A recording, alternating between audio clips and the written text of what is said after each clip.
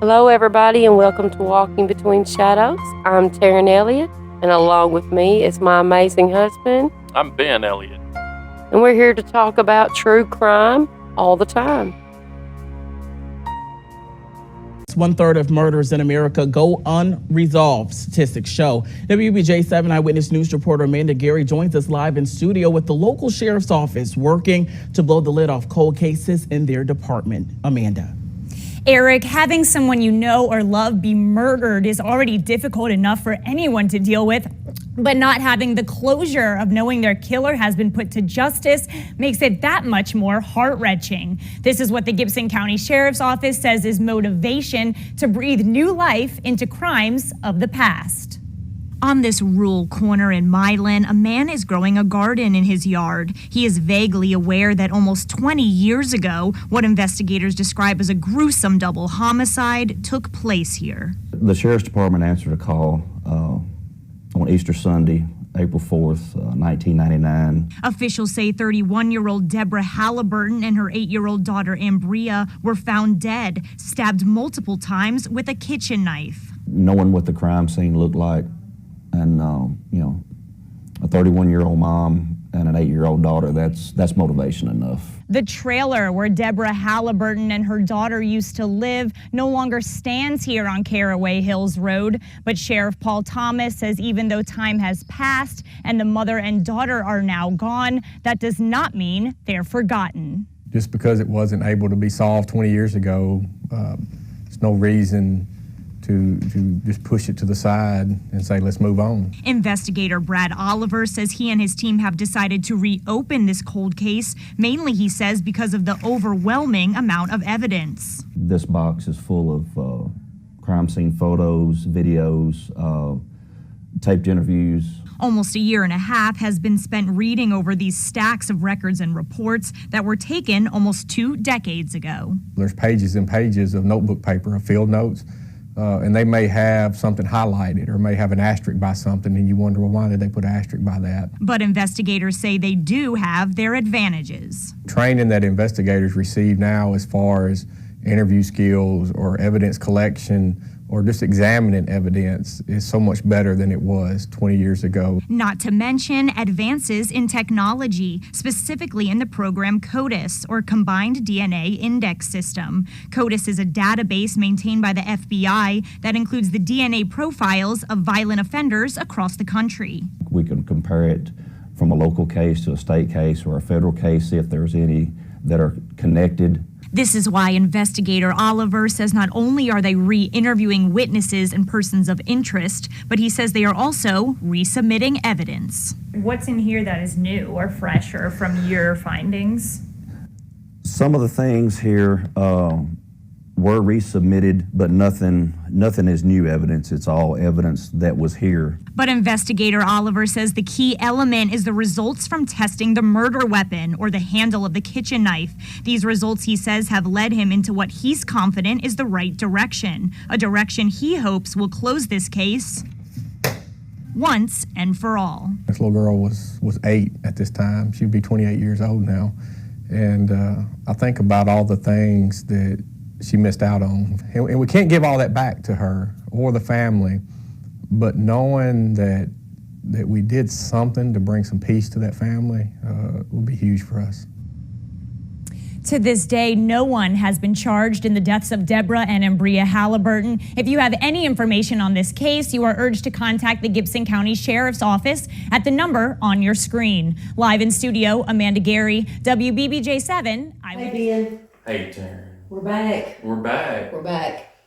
We're discussing Debbie and Ambria and that WBBJ newscast that we just put up. Yeah, that was from 2018, right? And so here we are 5 years later. 5 years later. Still no answers, still nobody really talking. Right. But yeah, I know you've learned some more stuff, and we've stayed in touch with everybody. We have. Debbie's brother Tommy and his wife Rebecca, Christy Sedlock, and you've talked recently to Debbie's daughters. I have. Too, so Jamie and Sierra and Selena Book. So I've been in contact with them, and we're just trying to still get some answers. So the timeline on this is kind of what we're discussing right now, and of the investigation. Yeah. And from 1999, right after the murders until 2002, there was 2 suspects that were mentioned, and even in some newspaper clippings, local newspaper clippings, and even some all the way down in Texas. And that was on Angel Resendez Ramirez and Tommy Lynn Sells. Yeah. Tommy Lynn Sells actually was executed in 2014, with Debbie and Ambria still listed as 2 of his victims. Mm-hmm. But no.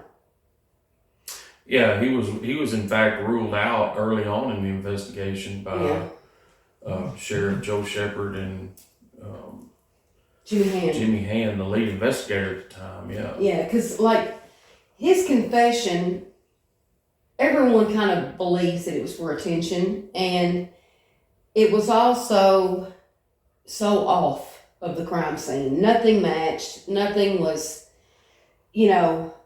as he said. So it didn't represent his MO from the murders that they did prove that he did. And he only got convicted of 1 and executed as a result of 1, but they linked him to several others through evidence and, commonalities among the different murders. Mm-hmm. And Debbie and Ambria's scene nothing matched to what was normally his MO. Right. So in 2002, he was ruled out, as well as Angel Resendez Ramirez. And I think Ramirez was ruled out before Tommy Lynn Sells. Yeah. So some years go by and some hands get changed in the sheriff's department. Yeah. And it goes from Joe Shepard to Chuck Arnold's hands. Right. And that was in 2006. Right. And there was an article where Debbie and Ambria were mentioned again. Yeah, in that transition between Joe Shepard and Chuck Arnold, that was definitely mentioned again because Joe Shepard had apparently kept a picture of Debbie and Ambria on his desk, and he handed that off to Chuck Arnold as something that was real important to him. Right. Or at least that's what the article implied. Exactly. So it went from Chuck Arnold's hands to Paul Thomas's hands. Mm-hmm. And in 2018, that's when the WBBJ article came out. Mm-hmm. And I actually found more information when I started researching Debbie and Ambria's case under Tennessee Missing and Unsolved. Mm-hmm. And it's on Facebook, and it's got cases listed. But the problem is the name, because on the WBBJ broadcast, it does have that Debbie's name was Deborah Halliburton. Right. So when I went to looking for Deborah Harris and Ambria Halliburton, I was limited on the information I could find. Mm-hmm. But when I changed that to what Debbie's last name was, when she passed away, that's on her headstone, Debbie Harris, or Deborah Harris, I was able to find a lot more information on that. And she was still a Harris at that time. Yep. And she was married, and Jamie and her were only divorced, or separated. They weren't even divorced. Mm-hmm. So they were only separated for a few weeks at the time of the murders. Mm-hmm. So that cleared that up a lot for me, and being able to research this. And anybody wanting to look into that will be able to find out more information on Debbie and Ambria if you look under Harris and Halliburton, not Halliburton and Halliburton. Yeah. So that was a little confusing.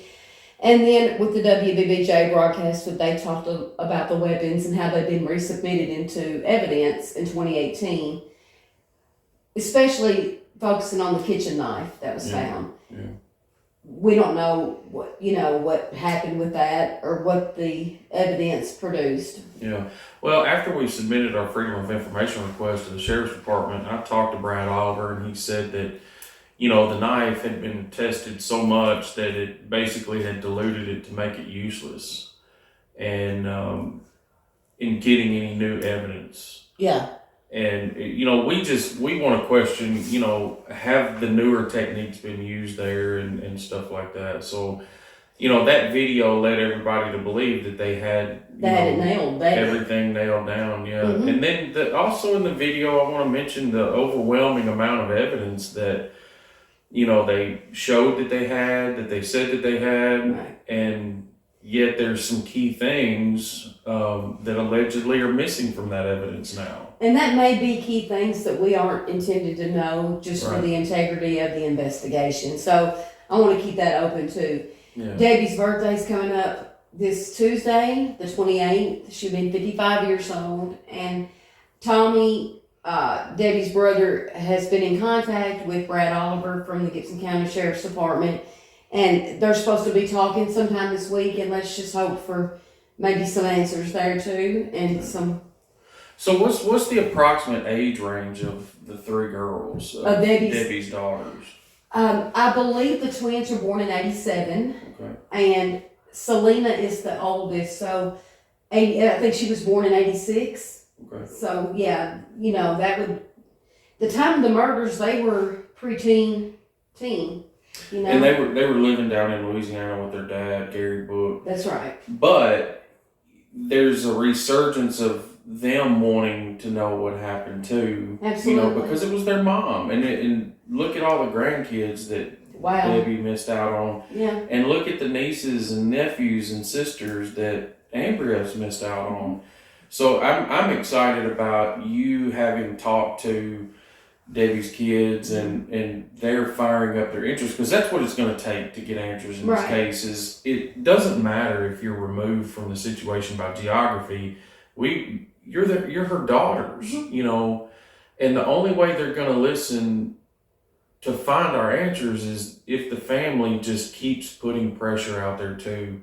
We have a limited amount of pressure that we can put on there, but when we're doing it with the family, it's going to be more effective over time. So I'm excited that you're talking to them and getting to know them. Yeah. Well, their father has passed away. Their grandmother has passed away.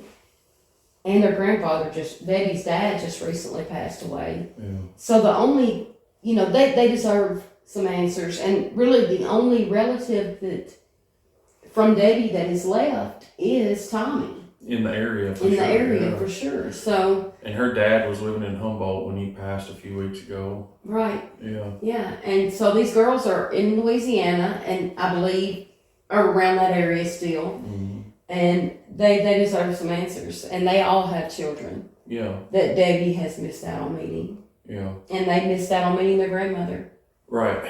Well, and their aunt. and speaking of that, there's people that always want to force themselves into something because of this innate idea that they're going to get in the limelight or whatever. Mm-hmm. And, there's been plenty of folks try that since we started this podcast with not just Debbie and Ambria's case, but with a couple other cases. Oh, yeah, absolutely. But in Debbie and Ambria's, it's amazing that even though we're approaching 24 years since it happened, it's amazing how many people come out of the woodwork and have something to say. Right. And of course, everything's speculation, really. And those that feel like they have something to say that carries weight or bearing in this case, they need to be talking to the sheriff's department too. Mm-hmm. Absolutely. That's who they owe their time to. And I ask for the respect, unless Jamie or Selena or Sierra ask to be notified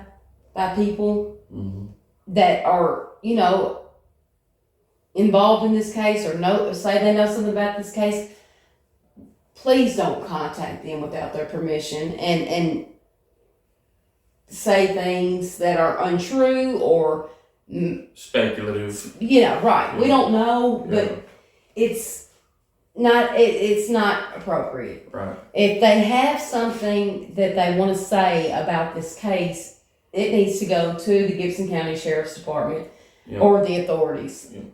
TBI, FBI, or Gibson County Sheriff's Department. Yeah, and at the end of this, we'll list all the contact information for the Sheriff's Department, the TBI, and the FBI. We'll put the email address that you can send information into, and we encourage anybody and everybody that might know something about this to contact one of those agencies as soon as possible and with as much detail as possible. Absolutely. You can remain anonymous with them, and there's no need in being fearful.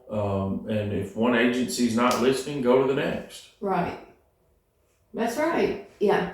Very much. And if anybody has any information on any suspects prior to the murders, you know, that's important too. It's a good character.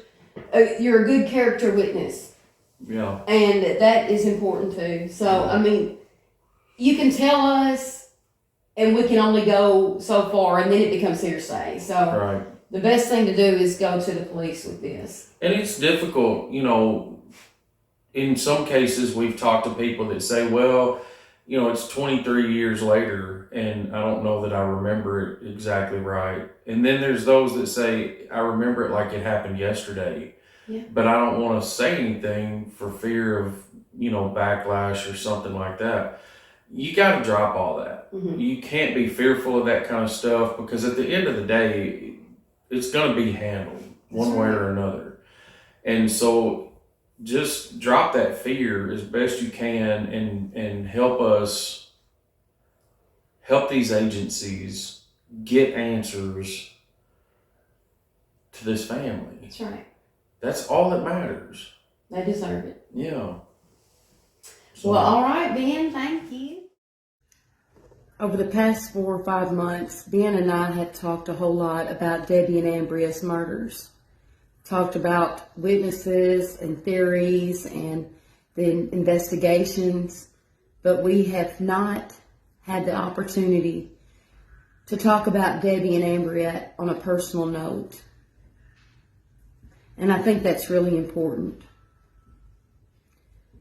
Debbie was a beautiful, free spirit, 31-year-old mother of 4 daughters. Debbie's oldest daughters were in their teens and preteens at the time of the murders and living in Louisiana with their dad. Debbie never got to know what it felt like to have love from a man without abuse and with softness instead. She never got that. Debbie never got to finish taking care of Ambria or Jamie or Selena or Sierra. And Debbie never got a chance to meet her grandchildren.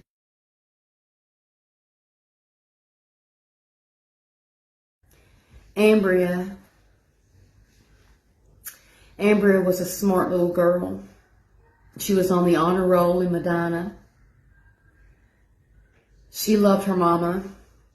She would have loved to get to meet her sisters, but she never did. She loved her friends. She loved animals, especially horses. She loved to aggravate her Aunt Sandy.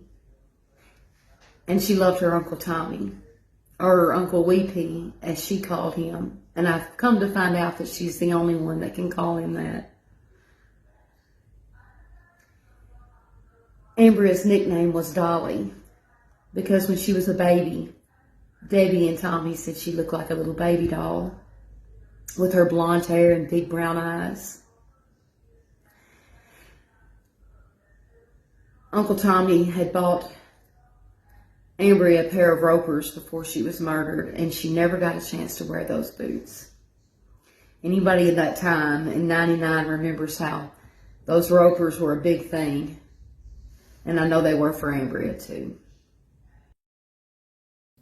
Spirit, lead me where my trust is without voice. Let me walk upon the waters wherever you call me. Take me where my feet never walk.